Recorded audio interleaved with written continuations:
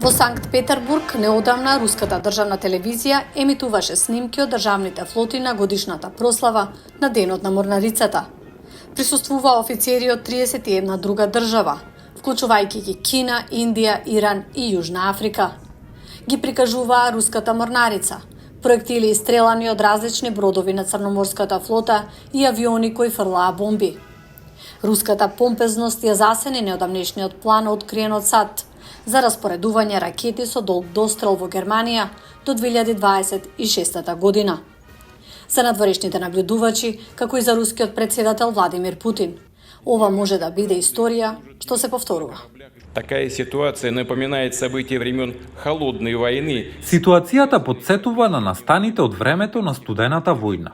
Доколку САД спроведат такви планови, ние ќе се сметаме себе си ослободени од предходно наметнатиот едностран мораториум за распоредување на ударни системи со среден и помал дострел. Ќе преземеме мерки за нивно распоредување. Во неодамнешното заедничко соопштение од Белата куќа, американските и германските официјални лица рекоа дека практикувањето на напредните способности ќе ја покаже посветеноста на НАТО и неговиот придонес кон европското интегрирано одвраќање. И покрај последната рунда закани од Кремљ, Руското министерство за одбрана започна да објавува видеа на кои се прикажани тестови на интерконтинентални балистички ракети, неколку дена пред незината инвазија на Украина во 2022 година. Путин тогаш разговараше за плановите за така наречена сила за одвраќање на неговата армија, што потенцијално би вклучувала нуклеарна компонента. Тоа е порака што НАТО ја нарекува опасна и неодговорна. Од почетокот на руската инвазија, западните сили се убедливо најголемите поддржувачи на Украина по поглед на пари и опрема. Членките на НАТО неодамна ветија дополнителни 43 милиарди долари за следната година, а потоа ќе следат планови за постојана поддршка.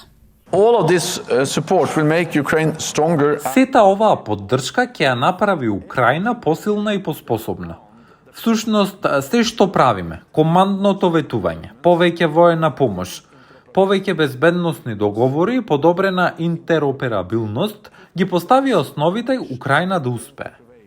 Додека Санкт Петербург изгледаше задоволен од војната демонстрација, експертите се загрижени дека подготвеноста и на Русија и на САД да распоредат оружје со среден дострел може да предизвика нова трка во вооружување.